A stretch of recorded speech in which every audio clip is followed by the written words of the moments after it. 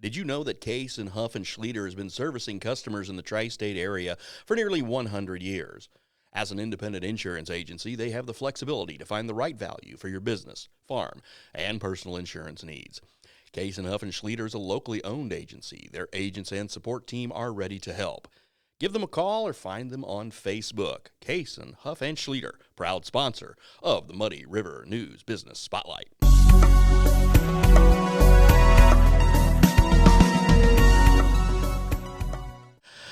Welcome to Muddy River News Business Spotlight. I'm Bob Goff. We are sponsored by Case and Huff and Schlieder Insurance.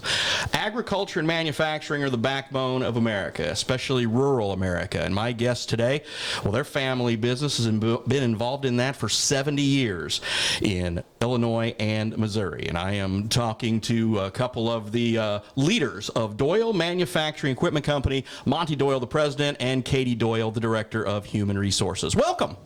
Thanks for having us. Well, I'm just glad to have you guys here, and we're going to talk a little bit about some shared family history. Back in the late 60s, early 70s, my grandfather, Jim Goff, started a company called Goff Fertilizer.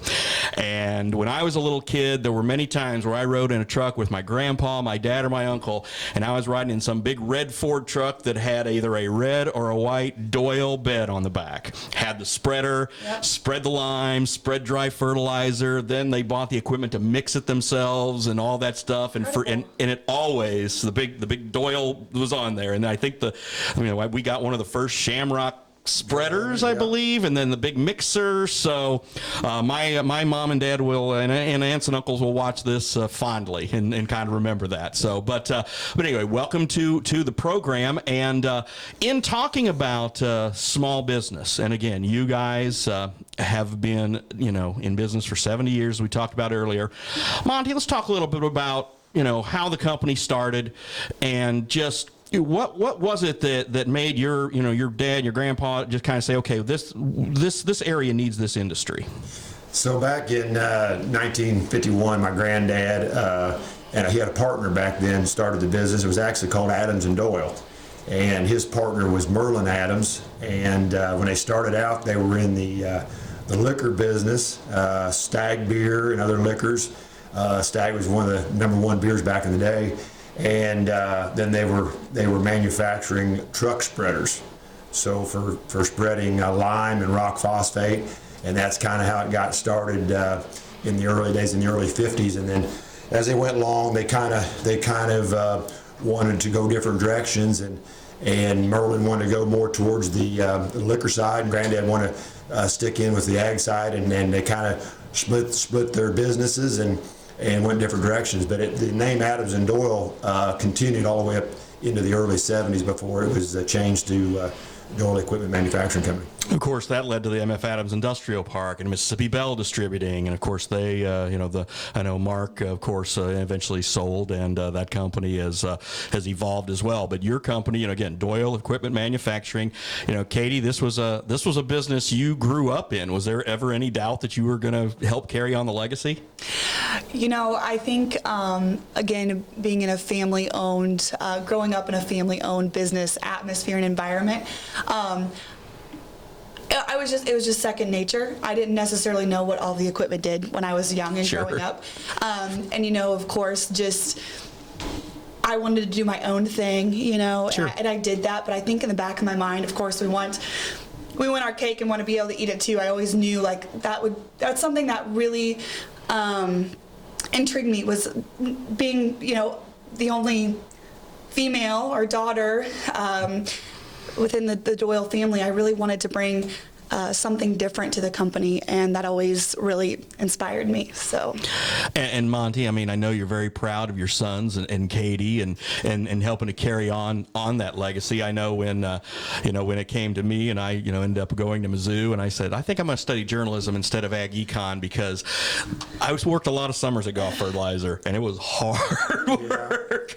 And again, your industry it's very challenging, it's very hard. But when you started out, when you were Katie's age and younger, and you were talking to your dad and saying, okay, how are we going to do this? Were you, your dad always seemed like a guy who was, and your grandpa didn't know, but your dad I knew and saw some of his work. They were always wanting to innovate and always wanting to change and never wanted to just stand still. And is that something that you took pride in as well? Absolutely. I mean, as we grew, you had to kind of stay out in front of everybody, and we were the leaders in several different things that we manufacture today. In 1961, we were the first company to come out with we call it an incline axis, a rotary drum blender, kind of like a concrete style mixer, and we were the leaders there. And then in the mid '80s, we come out with the first tapered screw, larger diameter tapered screw vertical blender. So from there, back in the day, there were 5 and 8 ton drum blenders, and today we're building blenders that are anywhere from 5 all the way up to 24 ton. So it's changed. Everybody's wanting to deliver product faster to the grower out in the fields, and we're selling a lot of 13 ton, 16 ton blenders. And really now there's a lot of new technology with automation, high-speed automated systems that are delivering product even faster to the trailers and tender trailers and semi-trailers. And you can't do what you do without a dedicated workforce. I was looking on your website and following your Facebook page and social media. You've got a lot of employees who've been there a long time. It's amazing. When I was in the shop back in Quincy, and I worked part-time for many, many years and went full-time in '84, and things were tight in the early '80s, in farming, and there was like 12 to 15 of us that was working in the factory, welding and assembling stuff. Today, we're pushing almost 200 employees, and the people that we've got, our bar of standard is very, very high. Quality of people, the best we've ever had in 70 years. It's amazing. People take pride in what they do. They're very skilled, and we're very fair, very upfront. We're very close with our employees, especially as a family. And you're on the team or you're not on the team. That's how it works there at Doyle. But we've got a great workforce. And Katie, as the director of human resources, it's should you have an opening or an employee who does decide to move on, you've got to find that next generation. And how difficult is that these days? That's kind of the big thing, right? Like, people and good people are hard to find. Obviously, I think it starts with, having a competitive and a good wage and a fair wage. And, we're only one shift, so that's appealing as well. 7 a.m. to 3:30 p.m. can be home with your family.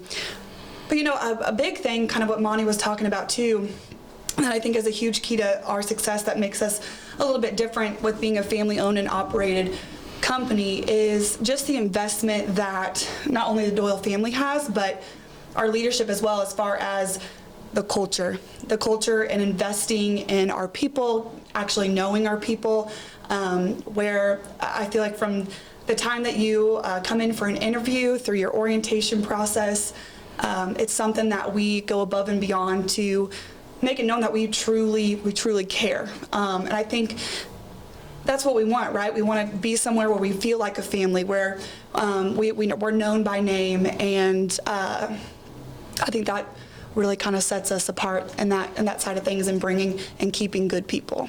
And I think that is so important, because there's so many small family businesses that just they get to a level, and then they have to decide, are we going to grow this? Are we going to stay the same, or are we going to sell this? And your family's made this decision, especially with the investment you made to build that new plant, in right there north of Palmyra. That is a we're not turning back moment for you guys. That's when you guys had to say, okay, we're gonna do this bigger and better.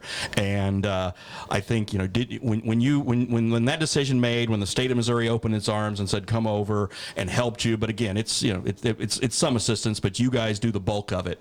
When you did that, did you find it easier that your employees looked at this new beautiful workplace and said, wow, this is something else? Yeah, it was a commitment that we not only made to the family, but to our workforce, and also to our customer base across the United States and the world.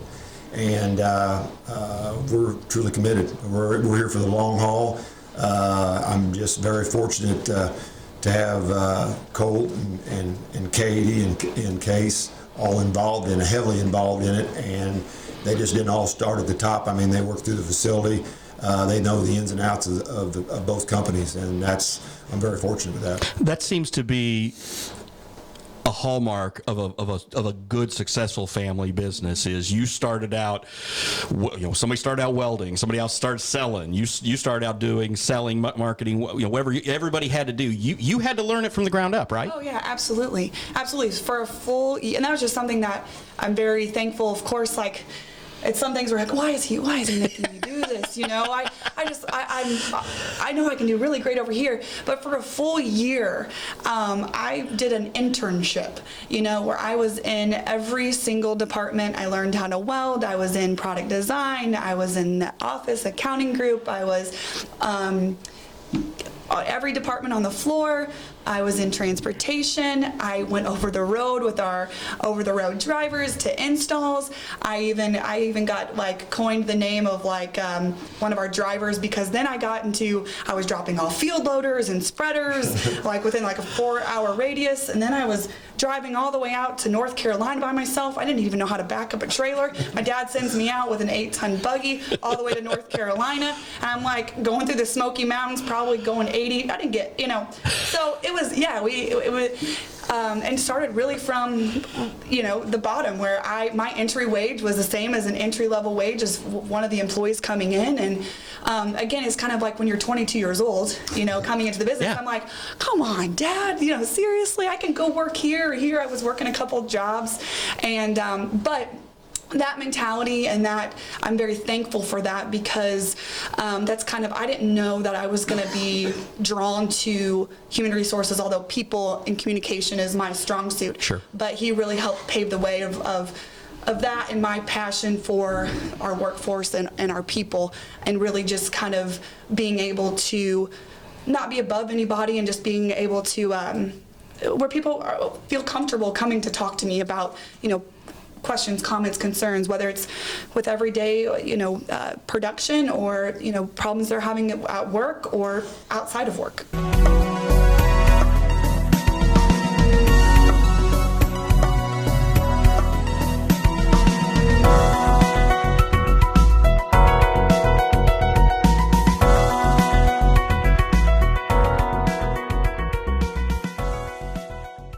Representing nearly 20 A-rated insurance providers, Case & Huff & Schlieder caters to most any type of insurance. Business, farm, home, auto, and health for nearly 100 years. Their team of experienced professionals is second to none in providing coverage for your insurance needs. Case & Huff & Schlieder will find the most cost-effective solution to your business challenges, and with their experienced agents, they know how to navigate the insurance markets. 100 years, an agency built on service, no matter what side of the river you call home. Give them a call today or find them on Facebook. Case & Huff & Schlieder, peace of mind since 1923.